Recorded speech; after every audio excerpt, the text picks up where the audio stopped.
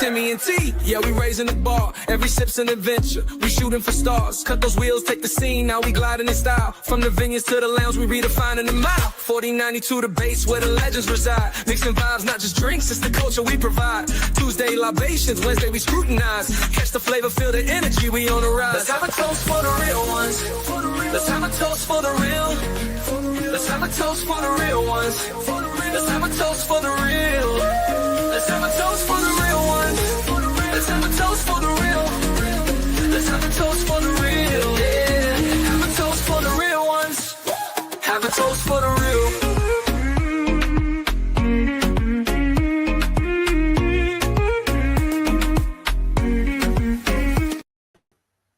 What's up, everybody? It's your girl T with Adventures of Spirits, and welcome to Spirit Member Spotlight, where today we are featuring Warmstrong Adventures, also known as Bill.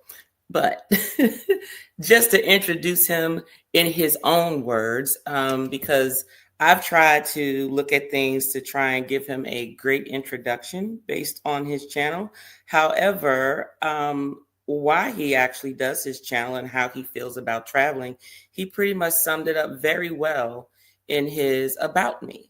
And so I thought that this would probably be the greatest way to bring him to the stage and introduce him, since these are actually in his own words. So Bill believes that life is an incredible journey filled with challenges, triumphs, and unforgettable experiences. His channel is a haven for adventurers, dreamers, and those who seek to push their limits and discover the beauty of the world around them. If you are interested in doing all of that, you can embark on his thrilling expeditions, heartwarming stories, and life-changing adventures that showcase the indomitable human spirit. His videos capture the essence of resilience and determination, encouraging everyone to face life head-on with courage and a positive mindset. And with that, I am going to bring our featured guest to the stage. Welcome to Bill, also known as Warmstrong Adventures. Hey, Tanya. Hey, everybody. Hey, how's everything going, Bill? It's going great. I can't complain. Oh, good. Can I say I love your intro song? Do you? That is literally one of the best songs that I heard as far as like YouTube channels. I love that song. I love that song. Oh, well, thank you. Thanks to Dre from Tripping with Dre and Michelle. He actually took some verbiage and things that I wanted, and he went and he created the audio for that. And me and Timmy put the video with it, and we just figured it just resonates with what we do. So I'm glad that you actually like that song. Thank you. Well, Bill, you know, I have to be honest with you. Every time I think I can get to know Bill a little more, Bill disappears for these long trips, and he comes back, and whereas my traveling experience has always been in just certain areas, between you and YOLO, both of you have sort of inspired me to venture outside of where we normally travel into the far international waters, you know, those big, long 14-hour plane rides to get over there versus just a 2-hour plane ride to get to a ship just to get there. But I can tell you that I appreciate the content that you bring back. And when you go live over there, being able to share those experiences with us. So with that, I figured I needed to get to know Bill, not just as Warmstrong Adventures, but also as a member of mine. And because I know that, you know, you are a cool dude is what the word I hear on the street in these YouTube streets. So I don't know about all that, but yeah, you are. You may be low key and a little humble about it, but you are. Well, with that, Bill, why don't you tell us a little bit about you? Who is Bill? What is Bill like? What does Bill do? Where is he from? Where did he grow up? Well, Bill, born and raised in Detroit. I live just outside of Detroit now. You know, I just, when I was married earlier in life and got a divorce, but earlier we started traveling a little bit and started traveling with the kids. And I always loved it. Mm-hmm. And started working I couldn't travel as much, but now that I've retired, I'm able to do the things that I really want to do. And traveling is, people ask me, what do I like to do? I like to travel, and I like to look up traveling. Love sports. Okay. One of my things was to try to go to every stadium, every football stadium in the country. I've probably been to about 10 of them. I haven't made it, but just traveling. And that kind of started off with the first cruise I took. It wasn't a honeymoon cruise. It was like the year after we took a cruise, and I was fascinated with the Caribbean. And that kind of started my love with cruising. So that's what I like to do, sports and travel. Okay. So I noticed you said football stadiums. You didn't just say sports stadiums. So what's your, well, I think I know that, but for those out here who don't know, who's your favorite team? The Lions, of course. 64 years, and I've been saying the Lions are going to win the championship every year. And I'm never going to give up. I'm a Lions fan to the day I die. But I love all sports in general. Okay. I've been to baseball stadiums and some basketball stadiums. Believe it or not, football, then it's football, baseball, and probably basketball. Football, baseball, and basketball. So have you been to Atlanta's football stadium yet? Atlanta. I don't think so. Mercedes Stadium. Okay. No, I don't think so. I would have to look it up and see. I don't remember it. It kind of reminds me of like New Orleans, the Superdome. Well, I can tell you the stadium is very nice. Can't say the same about the football team, but sorry to the Crow fans out there. But yeah, they always get that close and then they just don't make it. So I just think it's more of a endurance thing with them. That's what but you got the Dirty Bird. I mean, you got memories. 64 years, no memories like that. Yeah. But see, I'm not a Dirty Bird. I'm a New York, and I know the Giants haven't done anything in all these past few years, period. So I'm highly upset with that. That's my home team. But the Patriots was my rooting team for most of my adult years. So until Tom Brady left and then just messed everything up. So who knows? Whatever. Do you have a college team that you prefer? I went to college just down the street from the University of Michigan. So I grew up loving the University of Michigan. Go Blue. Okay. And it was when I was about 5 years old, and I used to watch Ohio State and Michigan every November they would play, and I grew up watching that game. I learned my love for Michigan then, and learned my hatred for Ohio State then. Okay, who would you want to see the Lions beat? I just want to see the Lions get to the Super Bowl. Okay. I want to see them win it. Right. Just get there, just so we can have the big game. I'm rooting for the Lions. I'm tired of rooting for picking a team. Pick Kansas City. Pick Philadelphia. I'm tired of picking a team. Right. I want to root for the Lions in the Super Bowl, not the playoffs. The Super Bowl. Okay. Have you played football? Did you used to play football? I played football and ran track in high school. I went to high school here at Cass. Cass Tech is local high school, and got a few scholarships, but I decided not to. I had messed up my leg running track, so I decided not to continue with sports after that. Okay, all right.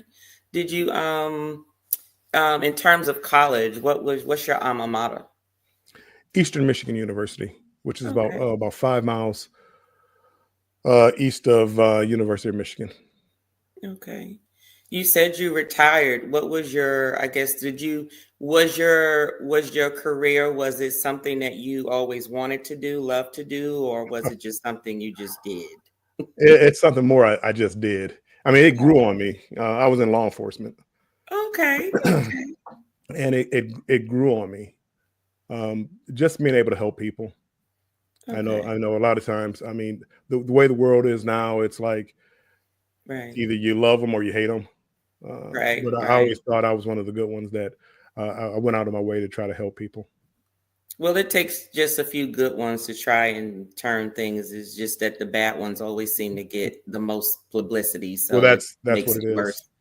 Yeah. And I try to tell everybody that, I mean, there's bad people in every line of work. Yes. priests, whatever it is, lawyers, doctors. Mhm. There's bad people in all lines of work. So it's just that some of the bad apples really are bad apples and don't need to be in law enforcement. Right. Yeah, you're right about that. What did you want to do? I wanted to play Like, football. what was your dream job? Football. Football. So you wanted to go to the NFL. At one time. No, I wanted to get into accounting. Okay. But once I started taking classes for accounting, I realized this isn't for me. Sitting behind a desk, doing the same Mhm. thing every day, crunching numbers. I felt like there had to be more to life than just crunching numbers. Right, right. Well, you do know was other areas of finance that you could went into that'll take you Yeah, from behind the desk. it still would have been the same thing almost every day. Oh, Looking at somebody's books oh, and okay. analyzing somebody else's stuff. Yeah. And I just wanted to be out. And the one thing I can say about law enforcement was, every day was different. Yeah. I can literally say that, in my 30 years, it felt like I never worked. I Mm, enjoyed it that much. I mean, every day was different. Every day was what I wanted it to be. I mean, did you deal with some, tough situations at times? You did, right, but right, I didn't have to take the job home with me. I didn't work hard during the daytime. I mean, what right, other jobs can be out and see some kids playing basketball and go play basketball with them? right, You know, right, what other job can you see somebody in trouble and help them and save their day? right, right. So it really did. It felt like 30 years that I never really worked. Okay. Well, that's a good thing because I can tell you there's some people who get into that line of work and it changes who they are because of who they have to become in some instances to maintain or actually do their job well.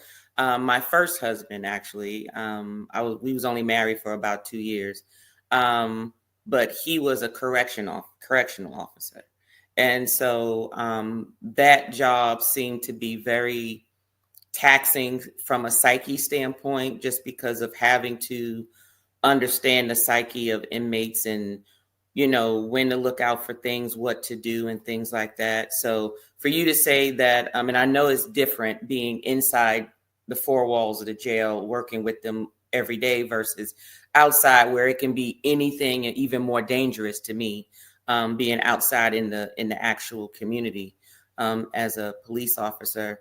That is just good to hear that it was something that you enjoyed doing, and I'm just going based on what I see, that it hasn't really impacted you to see the world in a positive light. So Oh, that's refreshing.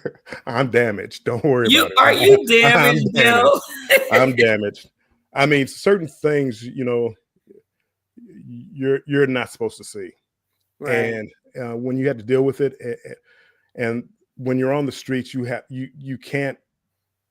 I'm not going in there. I'm not doing that. I'm not Right. helping this person. They're injured and blood's everywhere. I'm not. You can't do Yeah. that. So I've seen a lot of things that I wish I hadn't seen. Um, but with that being said, I grew up in the inner city, so the criminals, Yeah. um, they never bother me. I mean, probably half the people I knew were criminals. So Right. um, Right. I always lived in the community that I worked in because I treated people fairly. I mean, Yeah. most criminals, from my point of view, they know what they're doing. It's like a game. Yeah. You treat them with respect; they treat you with respect. So uh, I've never had a problem. I've run into people I locked up on the street. We've talked, laughed, smoked a cigar together. You said smoke a cigar together. Yeah, stuff happens when you talk to people. You realize. I mean, everybody, they do things for certain reasons. Yeah. Um, Yeah. we're all human. Nobody's perfect. Yeah. So yeah, no, I just talk to people, and I've never had a problem. Don't get me wrong. I never let my guard down either. But Right. Right. Right. Well, with saying that, because I know that because TJ from TJ Destinations, he's also been in law enforcement as well.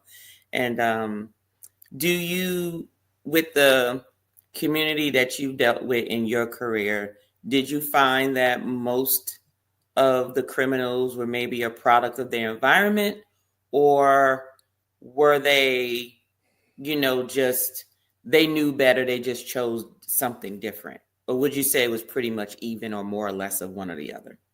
I mean, it was always a by person decision that people went into crime. Some people did it for money. Some people did it because they had no other options. Right. And some people, did this peer pressure, got them down the wrong path.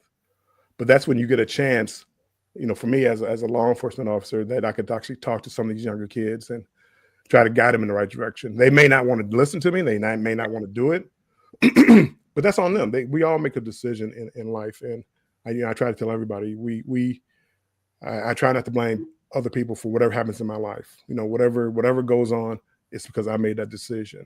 If I'm over here, I made the decision to be over there.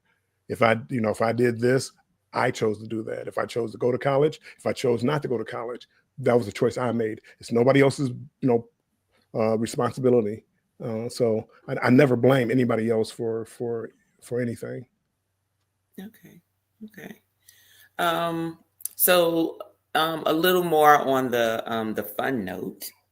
Well, no, before I get to that, have you ever been a part of maybe like a Boys and Girls Club or a Big Brother while you were in law enforcement to sort of help the youngsters within the community? Or never an official group like that. We had a little group that we would have kids come to the station and just talk to them and just mentor kids that way.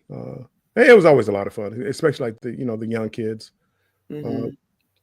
Sometimes you had a family, maybe they didn't, they weren't going to get anything for Christmas, so we were able to have fundraisers and pass out gifts and just be part of the family.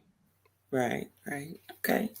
So outside of football, and outside of your profession, let's get into the travel part.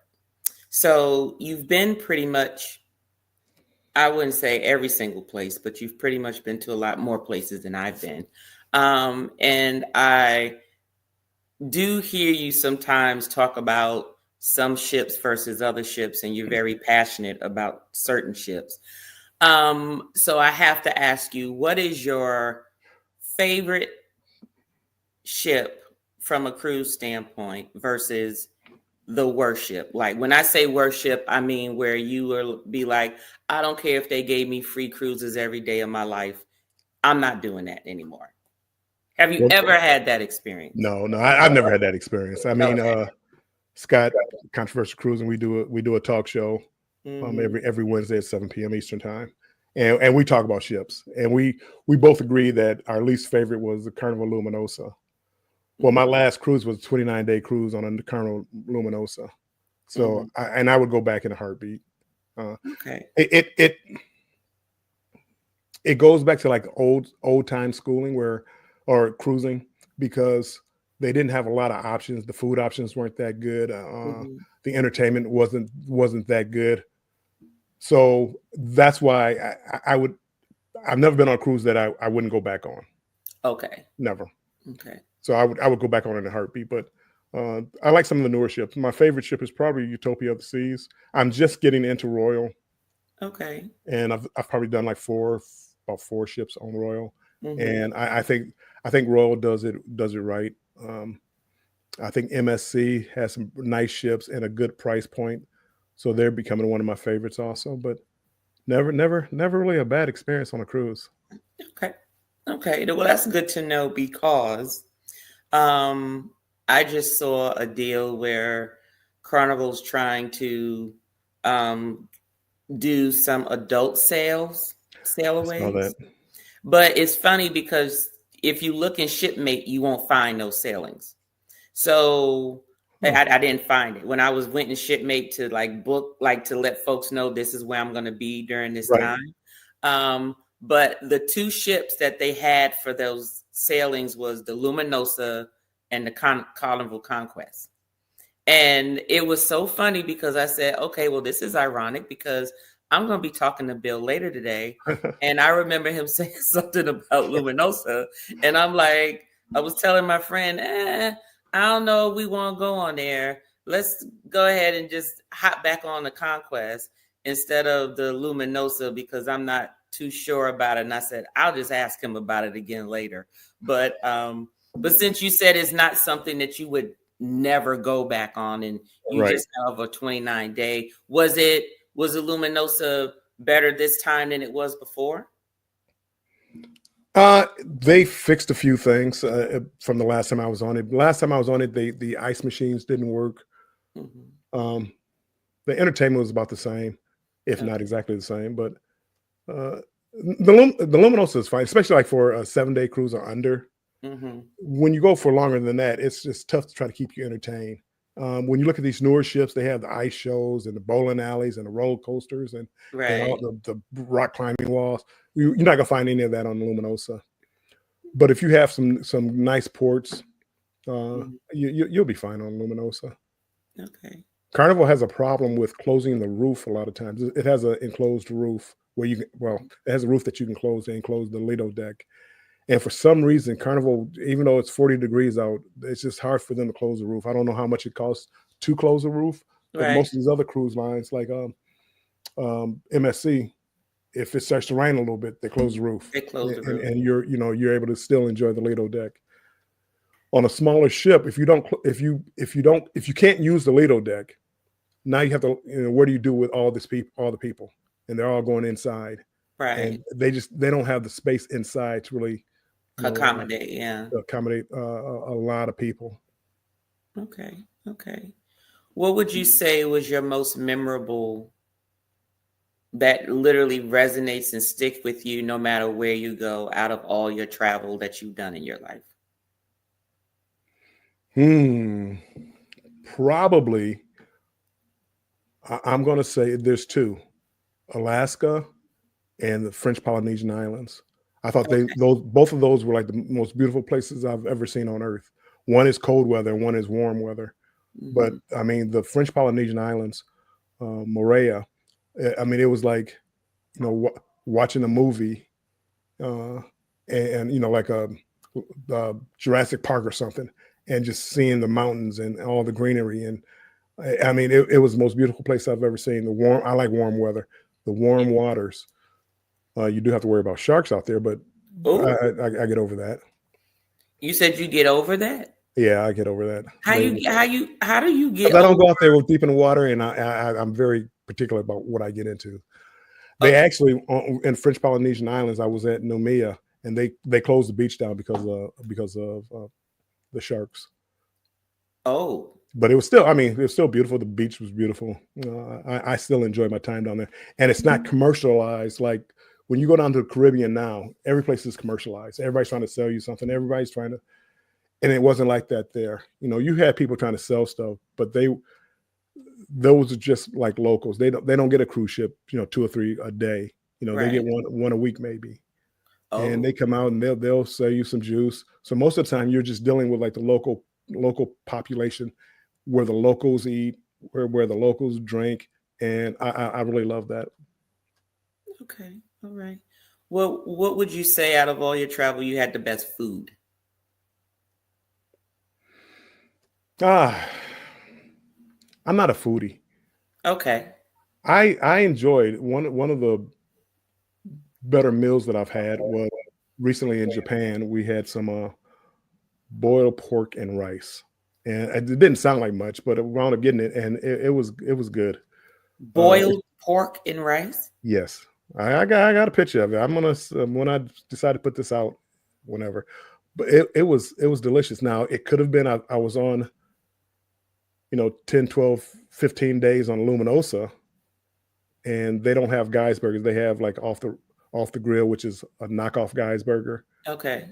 So maybe I was just ready for some different food. Right. But it was absolutely delicious. And my son, he went with me on this trip, and he thought so also. Okay. But Oh, I'm not really a foodie. I don't like seafood. So a lot of times when I go to these islands and different places, seafood is the big thing. Fresh seafood, king crabs and whatever, right, lobsters, and I don't right. eat seafood, so that doesn't matter. I just want a nice steak, baked potato, and a salad. So no seafood at all. No, Shellfish, just shrimp, nothing. Okay. no. I've tried. Okay. I don't know. I don't like the taste of it. Okay. It's just I don't know. It's all in my head, of course. Okay. So you're a carnivore. You like give me the steak, give me the meats. Give me the Yeah, meats. yeah, yeah. I like both, but steak is always I have to have the steak when I go to on any trip. It doesn't matter whether it's a cruise, resort, a local staycation or whatever. I got to hit the steakhouse. Got to hit the steakhouse. And since you like steaks, which steakhouse is your favorite? Has been your favorite? It doesn't even have to be on a cruise ship. It could be a local where you live or where you've traveled to domestically. Ooh, wow. What was the name of that grill? I went to a grill. It was a high end grill here in Michigan, in Hmm. Somerset Mall, Capitol Grill. Capitol Grill. Ooh, yeah, we have one here Yeah, in Georgia. Ooh, it's so good. it was the best steak I ever had.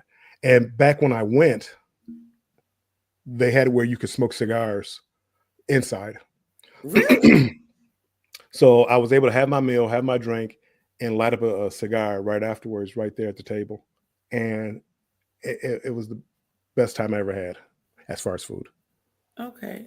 So you mentioned cigars. So I see you're a cigar lover, which you also like cognac. I do. So are you part of a humidor or a cigar club or anything like that? Or do you get with a group of friends and you all try different cigars or anything? Or you just enjoy it and you Yeah. just, hear about them and you just get it on your own? I used to. I used to belong to a couple of cigar lounges and get together with friends. I don't smoke cigars as much as I used to. Now I kind of save it for the cruise ships. Okay. And I love having you're talking about cognac. Carnival has Hardy XO, Ooh, and yeah. I love Hardy cognac. And I'm able to get that at nighttime and have a cigar and just sit out there and enjoy a cigar. And that's one of my favorite pastimes as far as cruising. So I heard you say the MSC has a cigar lounge. What? Yeah, on one of the ships they had a cigar lounge where you go inside. You're inside. It's like a regular bar, but it's for cigar smokers. I went on one. They had a cigar lounge, but they didn't allow cigar smoking.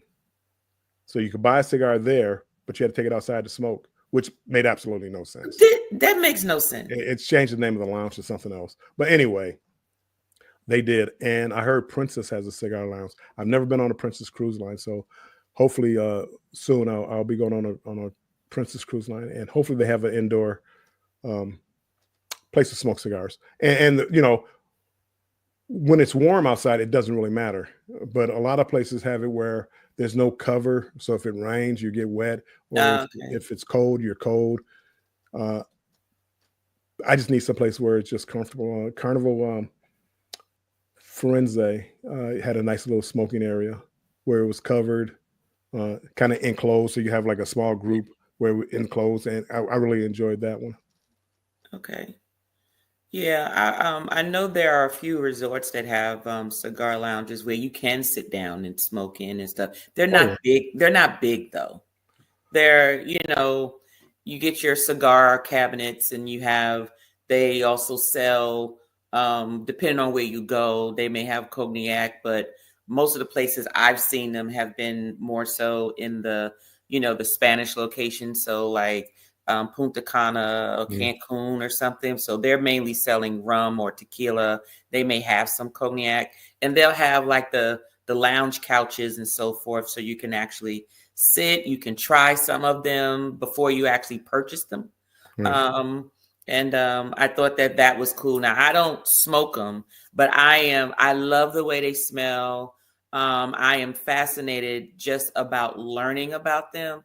And I know I talked about this it was last year, but I'm trying to get the right people together to make sure that I can provide that to those who want to know about cigars and stuff, because I can't do it by myself because I don't smoke it. I choke to death. Oh, I don't understand how you inhale you don't inhale. the cigar, right? And that's the problem. When I puff it, I look like a blowfish. It's like, don't inhale it. So then I go, I'm like, I just feel so silly. And so I'm like, this does not look sexy to me. So, you may catch me out. I'll just sit there and just hold it. Yeah. And that's it. Now, my sister, a couple of my friends, they do all of that. They have their humidors, they keep their cigars temperature maintained, and their clips and everything. Yeah. Do you have all of that too, Bill? Probably somewhere around here. I have a little humidor, but I don't keep up with it. I don't keep them stocked at home anymore. Okay. But I used to, go get cigars and go out of town and try to get Cuban cigars and sneak them back in the country and things like that. But here recently, I haven't been smoking cigars like that. But I had the fancy torch lighters and cutters and all that. What was your favorite? What was your favorite cigar? Was it a certain flavor or brand or maker? Oh,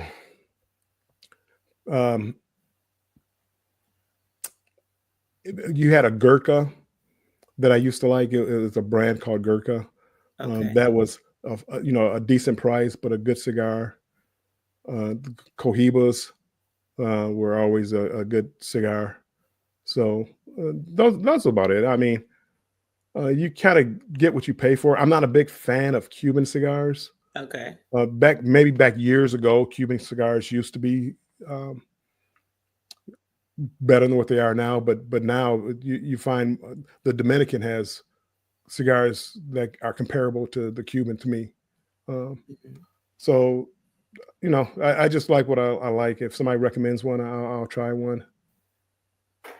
Okay.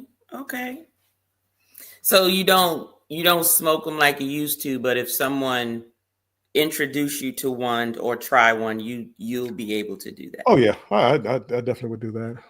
Okay. And that like on a cruise ship, you'll find out there's like a group of people that smoke cigars, and we all get together. Like you usually at night have a drink and compare cigars, and everybody brings cigars for everybody else to try. Here, why don't you try this one? Oh no, I like this one. You try this one, and we just like a little group that we have, and you don't know them.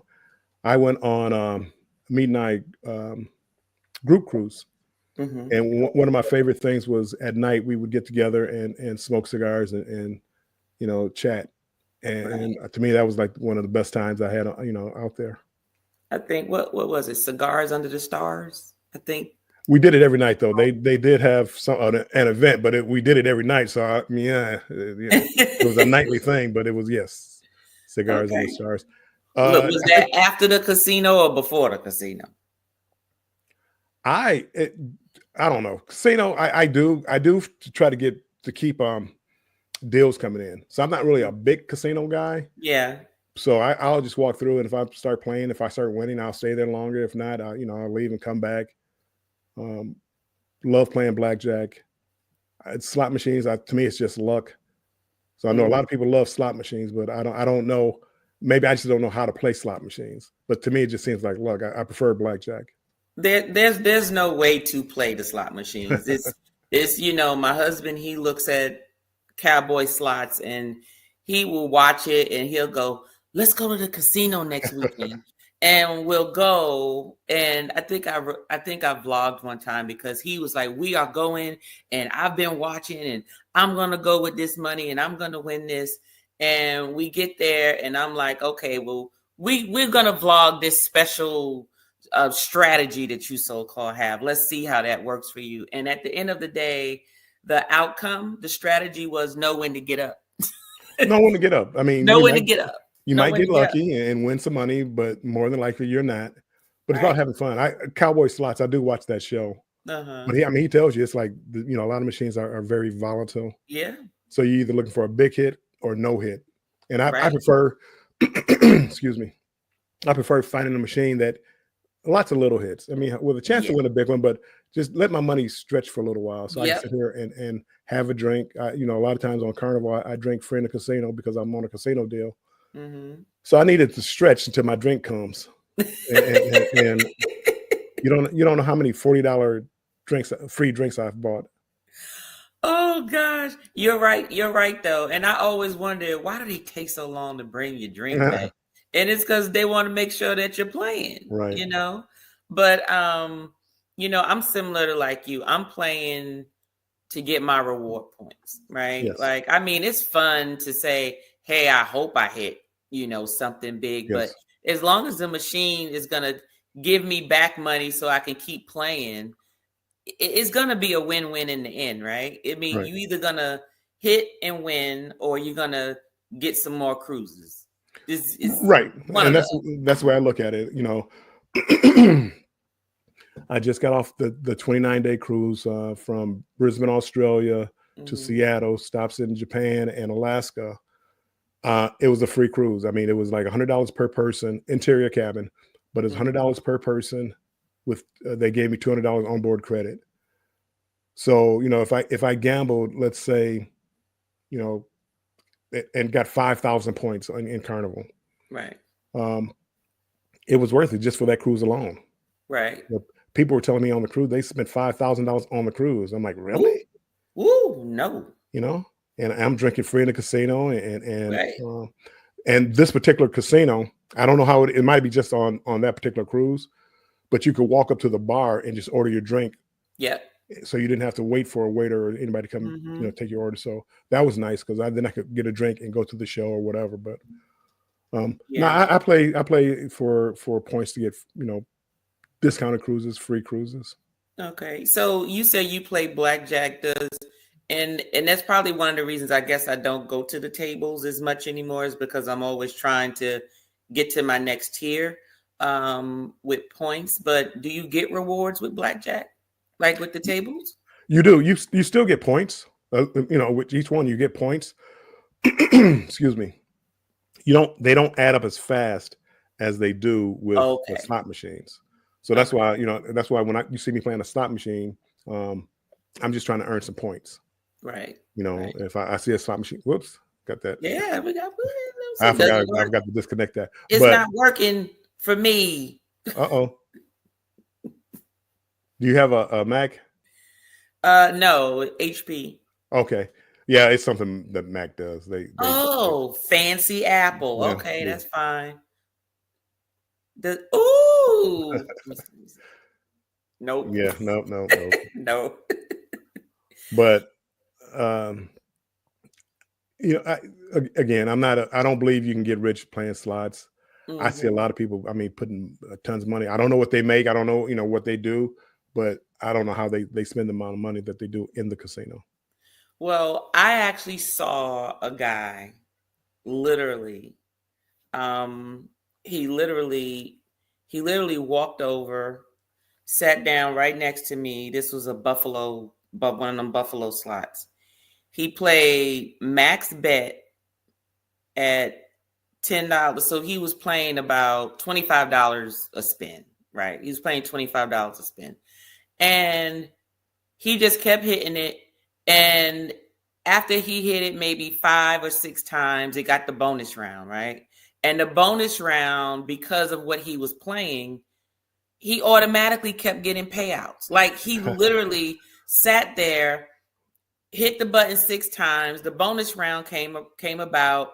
He got up to about $1,800. And then while he was, after the lady came, cleared stuff out, and he's waiting for his money, and he's sitting there, they cleared everything out. So he's playing again. And before she can even come to bring him the payout for the first one, he done hit another payout. So when she came to give him the money, she had to reset the machine again and then go get him some more. Right. He did it 3 times in a row. I was so mad. I was so mad. I said, you know, I should try it. And actually, I did try it, but I didn't do it at 25. I did it at 15. Mm-hmm. And after I didn't see nothing, after about 8 hits, I said, never mind. Right. Well, so that's the problem. People always tell you about their winnings. I saw a guy, I mean, he won maybe $6,000. But, you know, talking to him, you don't realize how much they have involved in that. He was still down 1,000.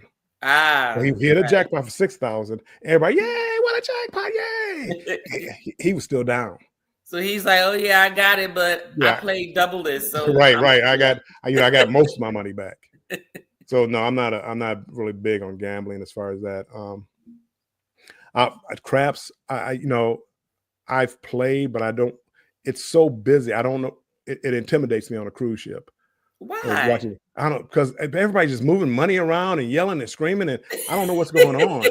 You know, I make my simple bets is like a 6 and an 8 or whatever, and take my odds or whatever. But that's it. I don't do all those crazy bets with the, hard 6s and or whatever they call them, or hard 8s, and I don't do any of that. Right. I guess it's sort of like, rolling dice on the corner. They roll it and they yelling and they screaming and they passing money and making bets before the dice stop. And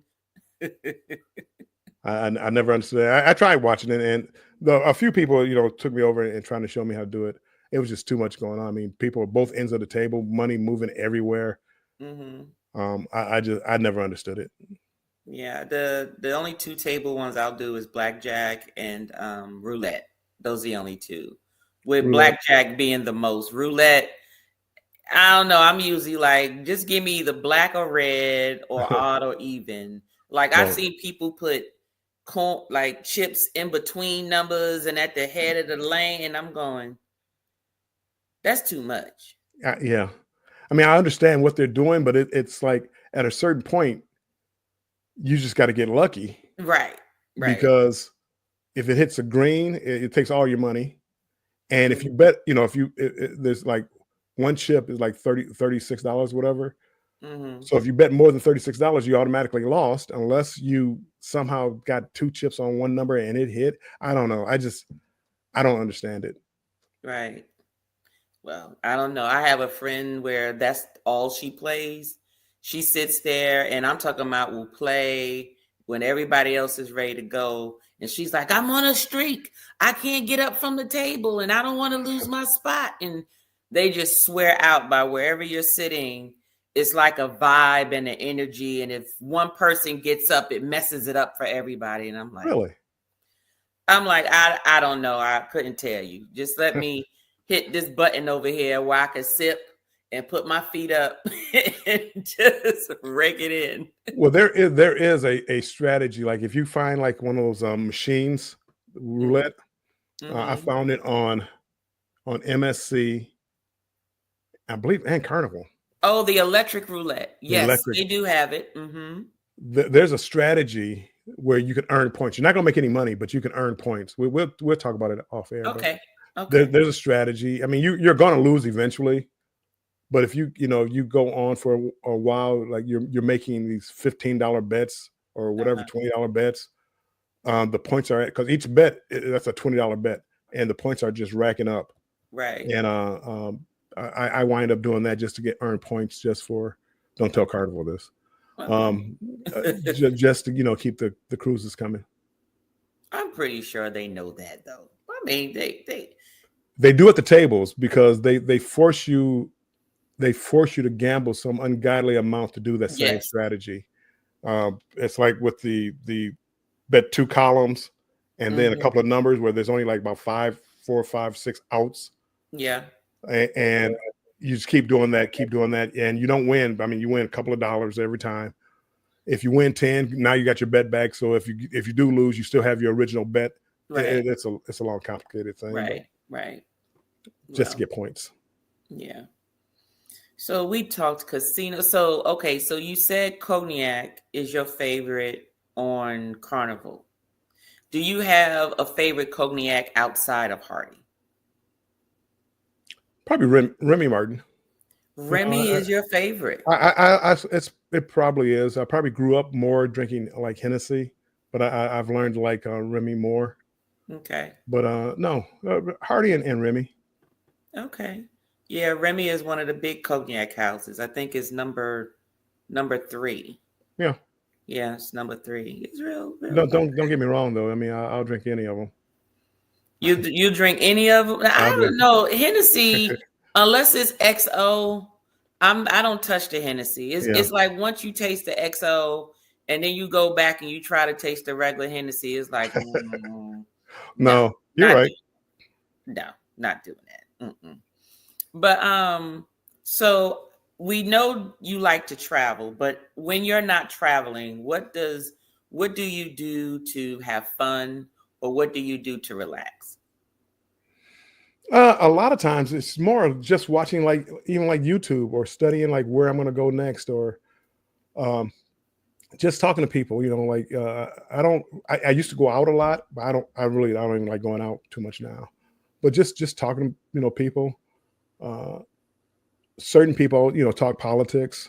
They can't talk politics with everybody, but certain people, you talk politics.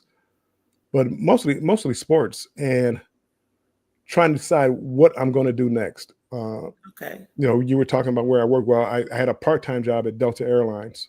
Ooh. So after 10 years, you're down in Atlanta. Atlanta Delta is big, the big one. Actually, I thought about moving down there because after 10 years, you get flight benefits for life. Yep. Mm-hmm. So if I move, Detroit is a hub also, but not like Atlanta. But if I move to Atlanta area, there's a lot more. Drop of a dime, I could go any place in the world. Right. And I thought about that, many a times of moving down to Atlanta. But yeah, I know I had the flight benefits, so I always look about, I should do this, I should do that. Right. The older I get now, the less I like to travel. If you ever look at my record as far as how many flights I've taken, mm-hmm. I mean, I used to fly. My kids back when they were younger, we flew over to, Paris for Valentine's Day. Nice. Kids fly for free up to a certain age, like 24. So we would get on, go over there. Up to 24. It was up if they're in college, yes. Oh, wow. Okay. So, we would fly over there, and we've been to the Rome and Dubai and all these places. And I just always loved traveling. I never did mind the long flights. The older I get now, I don't like the flights as much. Okay. But no, the flights never. I mean, I've probably, I don't know how many flights I've had. 1,000. I don't know how many flights. Wow. It's a ton of them. But that's what I like to do. I mean, okay. Look and sports. Because I like all these different sports. Mm-hmm. It's like there's always some kind of sport, on television or something I can look up. Okay. And it never stops. And that's how I occupy my time and watch videos on YouTube. Okay.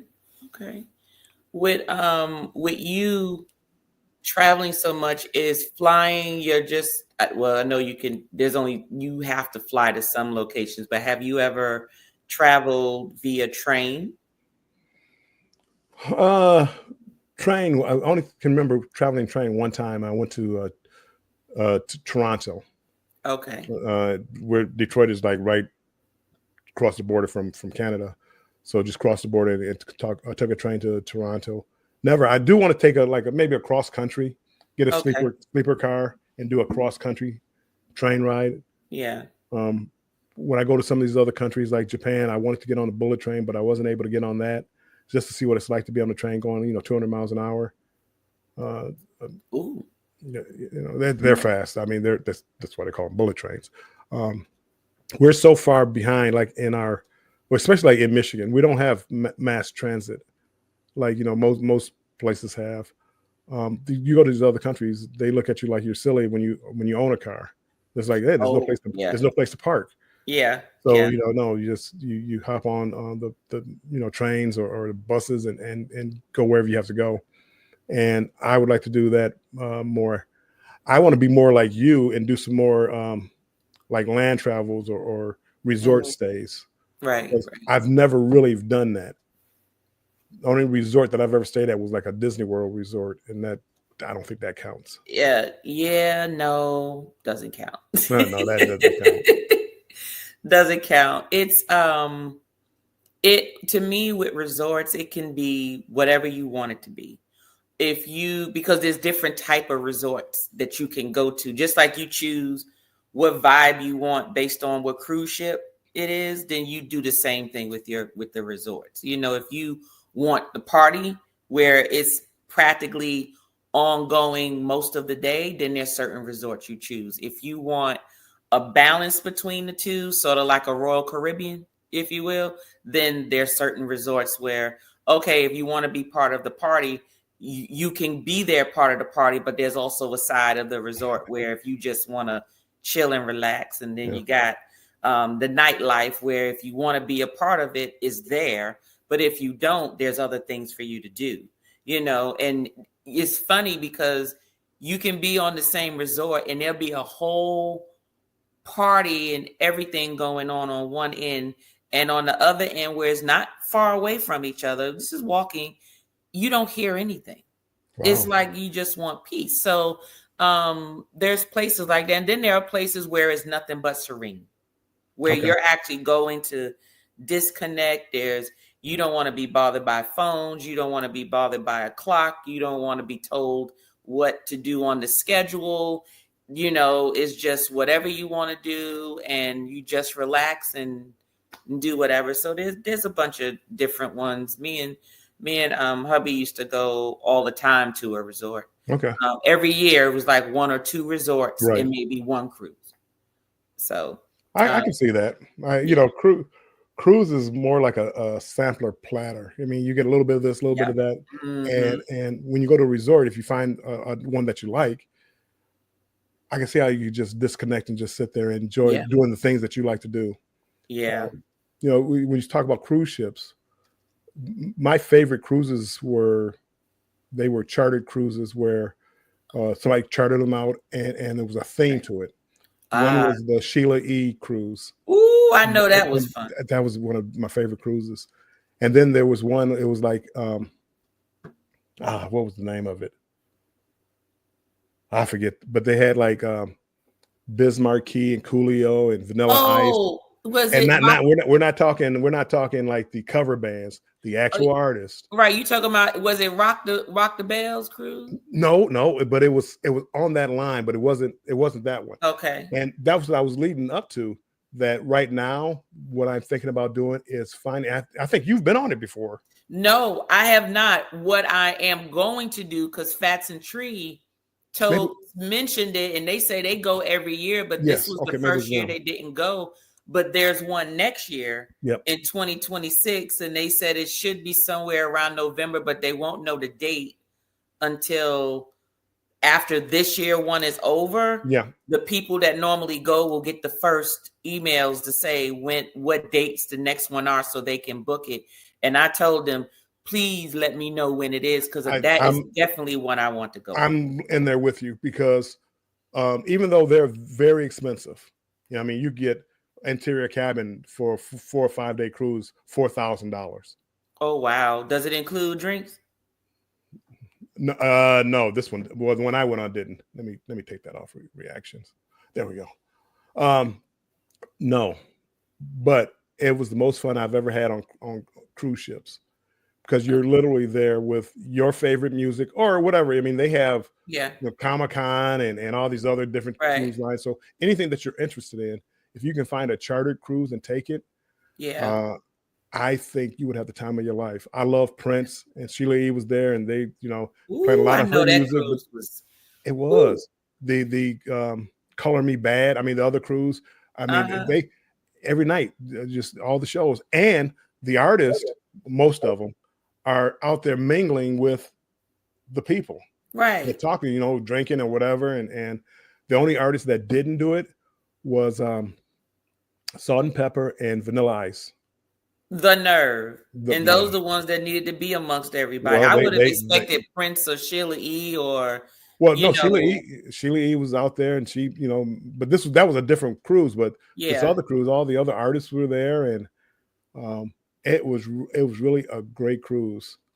Great cruise. And so I saw that Rock the Bell. Tom Joyner used to have them, but they were always so Yes. expensive. And I'm like, I don't understand why you spend that kind of money. And Yeah. I understand now.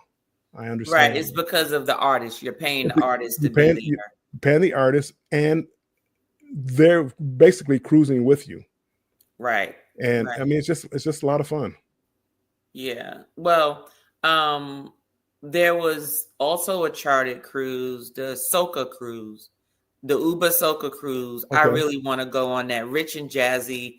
The first time I saw one of their videos, Okay. that's what they were on. That's how I found out about them 2 years ago.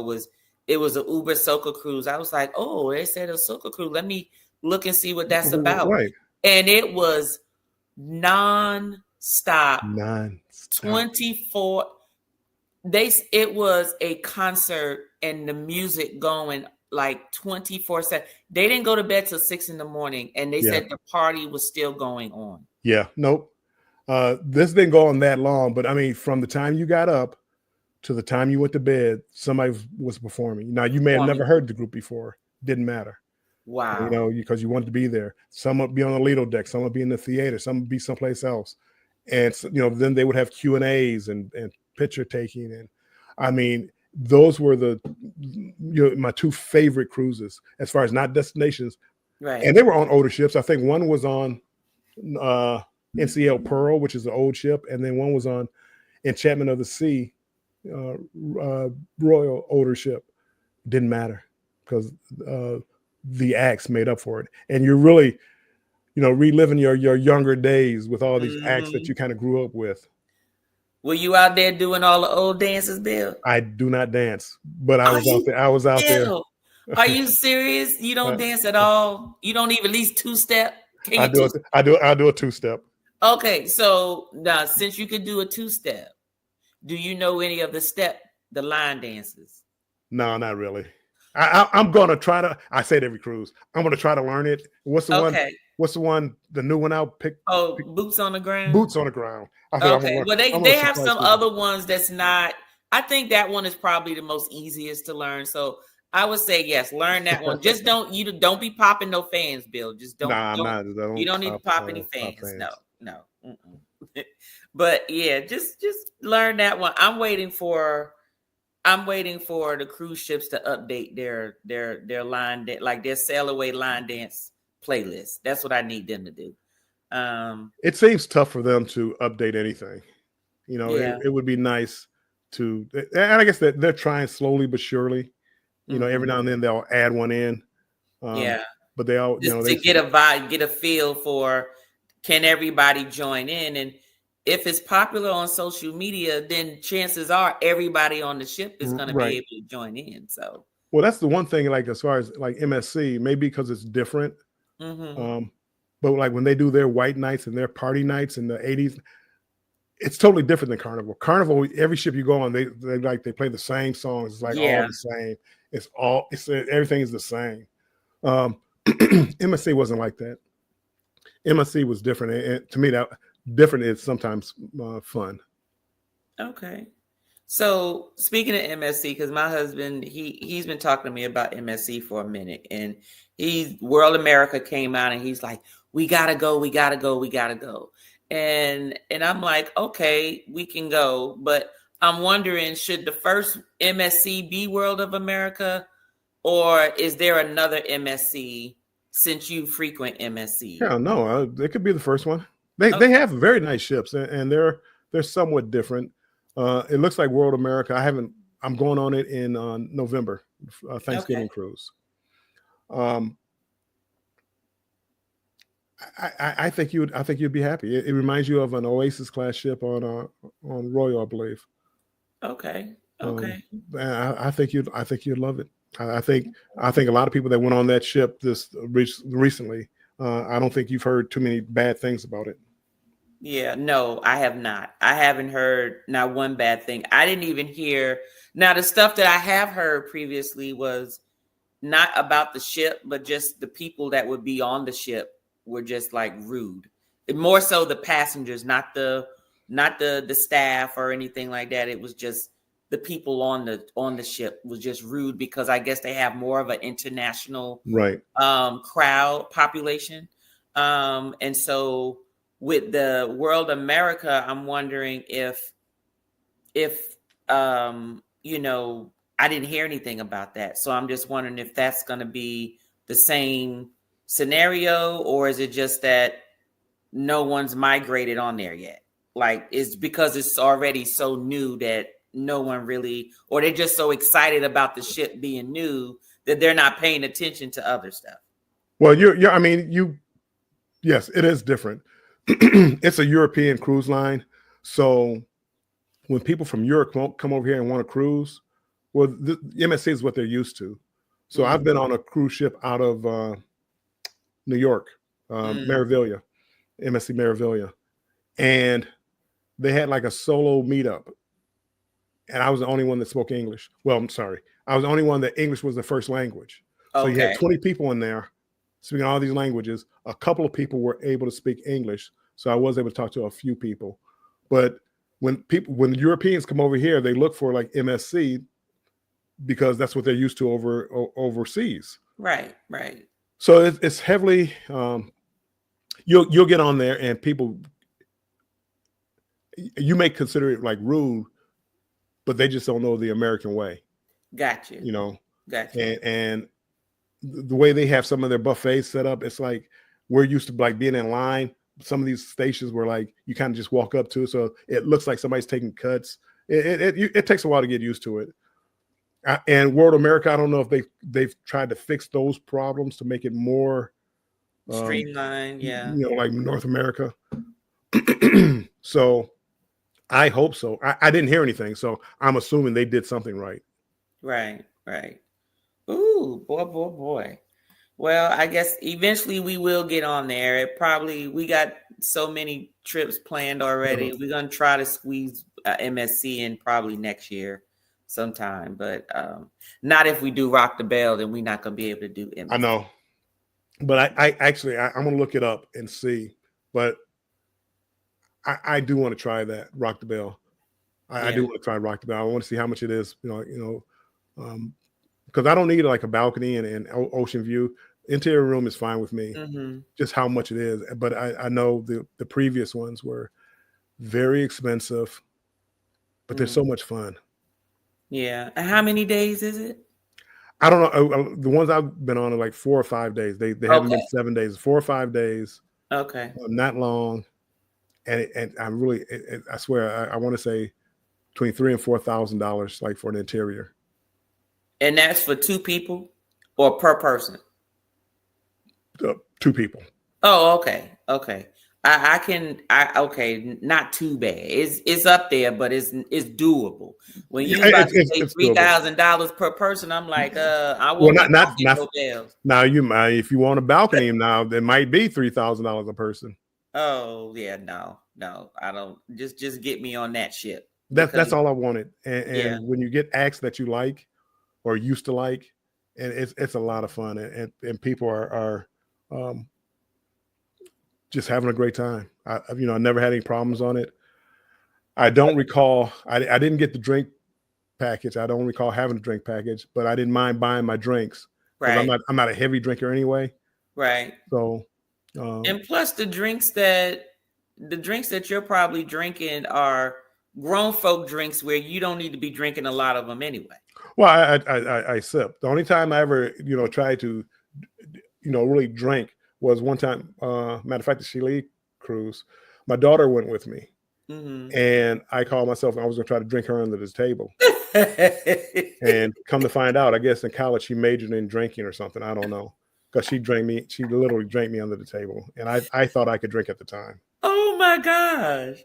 So you had a drinking contest with your daughter. Yep. Oh, I mean, I went out of my way trying to get her. And she was drinking. I should have known something was wrong. She was drinking like straight shots of Grey Goose. Okay. I mean, who does shots of vodka? Oh, vodka. No, no. I'm like, who does that? I said, this is going to be a short night for her. So we kept by. And what was I drinking? I was drinking, I don't know. It was probably See, if you whiskey don't see sour or that, something. that's where you messed up because you said you don't know what you were drinking. See, Yeah. if you stick with what you know and what you're used to drinking, you can outlast most people. Well, I wanted something that I was going to do shots of. So I Okay. think I started doing like tequila and maybe like whiskey sours later on or something to slow down. Uh-huh. But it did not end well for me. But she Mm. was, I mean, she was a old champ. Well, she probably ate some steak, potatoes, and some bread I don't know. before I the mean, drink off. I really didn't think it was going to be even close. I was mistaken. Wow. Wow. Well, I can tell you eating is very important if you plan on having a drink off, and making sure that it's a nice, thick, hearty meal is actually will actually keep you together at least 60% of what you're drinking. It'll soak up most of that. So Okay. yeah. Well, Bill, now it's about that time for this or that. Just a few questions before I let you go. Okay. And since cruising seems to be what you enjoy, well, because normally it's just about travel, but this one's specifically about cruising for you. So this is like, would you rather or this or that? So would you rather, well, you already answered this one. The first one was balcony or interior. You already said get me on the ship. Yeah. Well, So yeah. I mean, I prefer a balcony, you but prefer a balcony. but if I can get two interior rooms for the price of one balcony, give me the two interior rooms. I'd rather take two cruises than Got you. one. Got you. But yeah, no, would I prefer a balcony? Yeah, of course, every day. Okay. Well, this one is more about being trusting in reference to your excursions. Would you rather book your excursions directly through the cruise line or with private vendors? I do private vendors. If the price, if there's enough of a savings, I do private vendors. Okay. Um, but I'm also aware of like what time the ship leaves. So in other words, if I had a private vendor and they said they can get me back a half an hour before the ship leaves, I wouldn't use a private vendor. Got you. You know, I want to be back, you know, an hour and a half, 2 hours before the ship Right. leaves if I'm using a private vendor. Okay. All right. Um, do you arrive at the cruise ship on embarkation day or the day before? Usually the day before. Usually Okay. the day before, maybe 2 days before. Very rarely do I arrive on the day of the cruise. Just too many things can go wrong nowadays.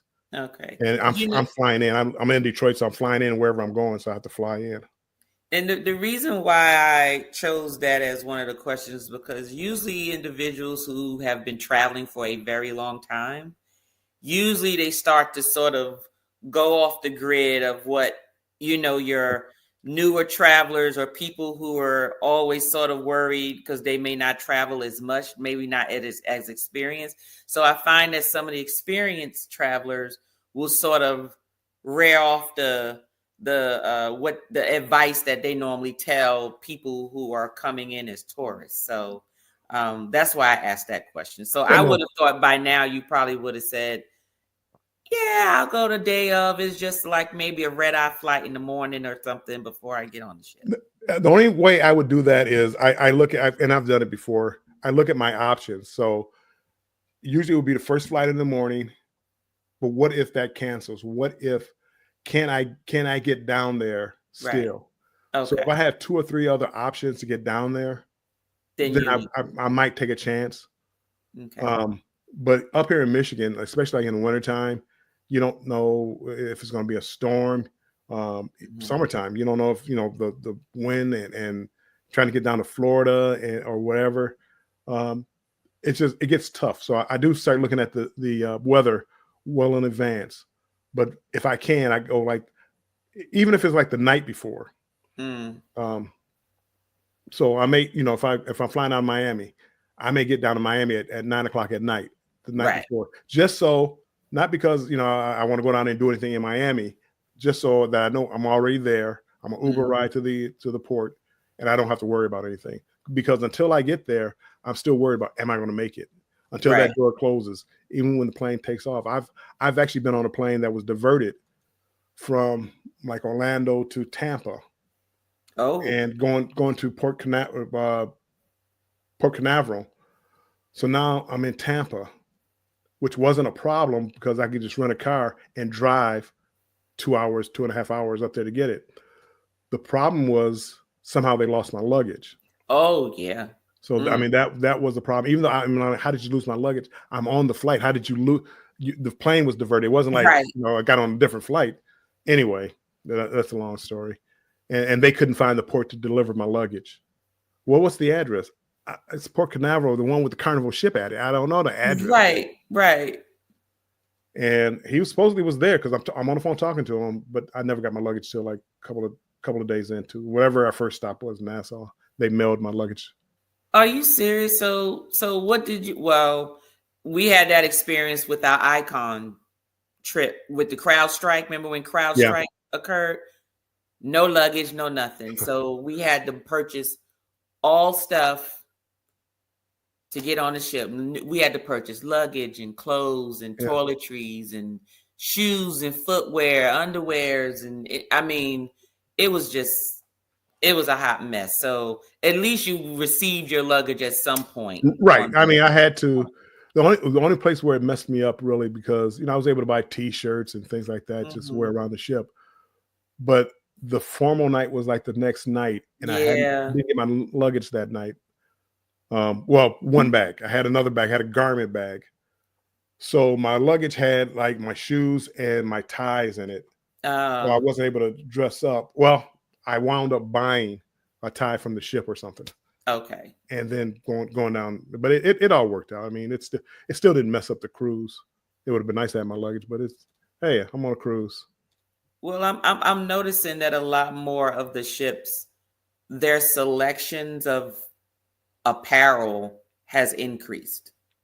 Like, especially on that MSC World America, it was like a mall. It's like you had all these so if you did lose your luggage or whatever, you can go in there and buy formal night stuff, casual stuff, sitting by the pool, beach stuff, right, shoes, sneakers. I mean, I was watching these vlogs and I'm going, oh my gosh, it was like a mini mall that you would normally find like at a resort, but on the ship. Right. So yeah, we're good with that. Do you feel that you enjoyed your cruise as a first-time cruiser or a seasoned cruiser? Seasoned cruiser. Seasoned. When I first started cruising, I almost killed myself because I was trying to do everything. Oh, okay. I would get up at 7 o'clock in the morning to go on excursions, stay up to 3 o'clock in the morning in the casino drinking, and repeated it like every day. And you trying to do everything, trying to see everything. FOMO. Yeah, FOMO. And I thought I was, going to miss out on something or not be able to do something. And now that I sit back and I realize I can't see everything. I'm going on World America Thanksgiving weekend or Thanksgiving time. Mm-hmm. I don't plan on seeing the whole ship. Right. I'm going to go out there, take my time, and enjoy the parts that I do see and go back and see other things. When I go to these ports, I don't try to do 2 or 3 excursions in a day. If I go to the beach, I go there, eat, drink. If I miss something, the one thing that I did, kind of have a FOMO was this recent cruise. I went to Tokyo, and I always wanted to see Mount Fuji, big mountain, snow covered. I always wanted to see it, but it's in Tokyo. So I had a choice to go see the city of Tokyo or Mount Fuji. I chose Mount Fuji. I wish I would have done Tokyo. Chosen Tokyo. Because the mountain, I mean, it was a mountain. It was nice. But I didn't get as close as I thought I was going to get. I didn't get the view I was going to get. I mean, it just didn't work out like in my head. I thought I was going to picture it. And I would have loved to see what the city life in Tokyo was like. I mean, they were saying like it's like New York on steroids. And I kind of wish I may have to go back one of these days. Okay. With that you said, I just wanted to ask you this because this is one of the things I saw when I was looking at Alaska. I noticed that on certain sailings with certain ships, they're both going to Alaska, both doing the same thing, but one may say something more so in relation to the glacier. Is it because that ship is going to have a closer or a different view of the glacier than the others? Was Or I just wasn't sure if you were familiar when. No, I'm not really sure with that. Some of them they have they're like they call it fjords, where you have like mountains on the side of you. You're going down like the little lake, and you go down and just turn around and come back. So you really don't stop. Okay. And sometimes they go to different ones. But Okay. if you've never been before, I would definitely say go to Alaska. And I don't think you can go too wrong. Now you asked me about balcony rooms. That might be one of the places where I would splurge to get a balcony room. Look, I saw the prices of some of those balcony rooms. I was glad I had an offer because they were like $1,400, and this wasn't on no new ship either. Yeah, no. But I think that's one of those times I would have actually splurged. Going back now, I've Right. been 2 or 3 times now. I don't plan on going again. If I get an offer and it goes like through like one of these long 30-day cruises and it stops in Right. Alaska, yeah, I'll go. I may not even get off the ship though, but Right. if you had a balcony, that way you could see the views and stay warm. You don't have to be outside. Some of the ships are, I want to say the Encore has like a viewing area where it's enclosed. Mm, Luminosa is like pretty much you're stepping out. If you want a right. good view, you're stepping outside. Okay. Okay. Um, go on a cruise to a tropical destination or a more cultural destination. Oh, probably now in my life, the more cultural destination. I just want to see more of the world. I really do like warm weather. Nothing like being on the beach, having a drink, Mm-hmm. even though I don't swim and all the other good stuff. I just want to sit there and take in the sun and listen to some music. But now here recently, I've wanted to go see more of the world.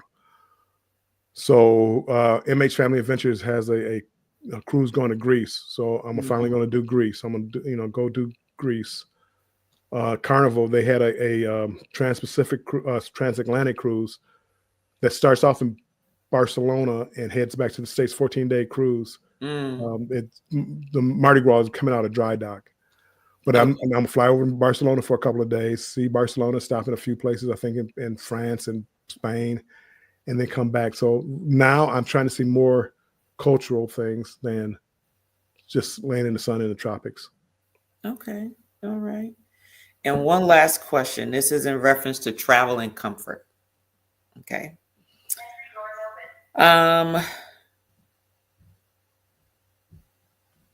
There's two. I'm trying to figure which one is a good one.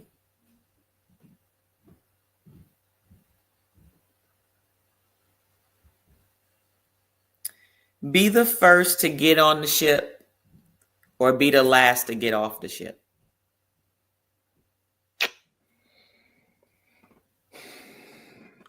I guess be the first to get on the ship. Mostly I like walking around before the crowds get there. As far Mm-hmm. as being last off the ship, it all depends on when my plane is, my flight. Okay. Mm-hmm. I actually like being last off the ship. Yeah. Taking my time, not rushed Right. or things like that. But I'm always first. I always try to get the earliest time I can get Right. Okay. to get on the ship, and that's just so I can just get on the ship, walk around a little bit before the crowds get on. And embarkation day is always so hectic anyway. Right. And the food is shiny too. And people haven't. Lettuce. I didn't want to get into that, but like Yeah. buffet food, and people haven't picked all over it Yep. yet. And I mean, people are disgusting. So Very much so. I got on the ship early for the first time, me and TJ, and we went. This was on the Glory, and we went straight to the buffet. And when yeah, I say the salad looked like a picture, like how you see it on TV, and I'm like, oh, this is why people get on here early. yeah. They get in here with the good food, but They get. I mean, before people start picking all over it, and I hate seeing people like coughing their hand and then go grab the tongs. I just walk. yeah, I walk away. I mean, I'm starting to prefer more of going to the dining room now, like for breakfast, lunch, dinner, than going to the buffet. I used to be a big buffet person, but I mean, I'd rather go to the dining room now. Okay. All right. Well, Bill, I want to give you a moment to I'm going to bring up your channel. And if you can just talk folks through your actual channel, let them know what they can find on there in addition to what's coming up. 1 second. Let me bring that up. All right, here we go. So we got Warmstrong Adventures, and Bill, there you go. What can people find on your channel? Just my adventures, my travels. I've been slacking as far as putting out video, and then even lives. I go live twice a week, usually Wednesdays at 7 p.m. Eastern Time. Me and Scott, Controversial Cruising. We have an award-winning. We won a Meet and I award-winning talk show where we talk cruising. And then on Thursday, it's more of a banter with Bill, where I go on by myself and talk as far as my particular adventures or cruise stories, and that's at 7 p.m. on Thursdays. So, but that's about it. If you see me, usually I'm usually talking cruising. Very rarely, every now and then, you'll see me talk about something else, maybe trying a different food or talking about Detroit, maybe. But usually, if you're following me, you're looking for cruise content. Yeah. Okay. All right, everybody. Well, if you aren't already, make sure you head on over to Warmstrong Adventures and look at the videos. And if you like what you see, hit those like buttons and subscribe for more content for when Bill decides to share some more of his life with us. I have, oh my goodness, about 5 cruises that I need to do videos for. Wow. So I'm just trying to catch up, and hopefully like this week, I'm going to try to start putting out maybe like two a week until I catch up. Okay. Well, I'm gonna be looking forward to it as usual. I actually like to catch lives. I watch videos, but lives are things that I try to make sure that I at least come into and have a chance to watch. Videos I try to look at when I have some time to actually sit and pay attention, because if I'm doing multiple things, to me, I just don't get the whole vibe of everything. So, but other than that, I appreciate you, Bill, for coming and putting some time on the side to sit and chat with me. It was good to get to know you more. Oh, I appreciate you having me here. All right. All right, Bill. Well, all right, everyone. Well, we'll see you next time on Spirit Member Spotlight. And you all have a good evening. Bye, everybody. Bye. This one's for my crew, my inner vibe. Exclusive moments where the spirits collide. You're the ones who ride through thick and thin. Spirit members, let the show begin. Spirit members, this time's for you. VIP love for the chosen few. Let's sip, let's vibe, it's your special space. Spirit members, welcome to the place. Ooh.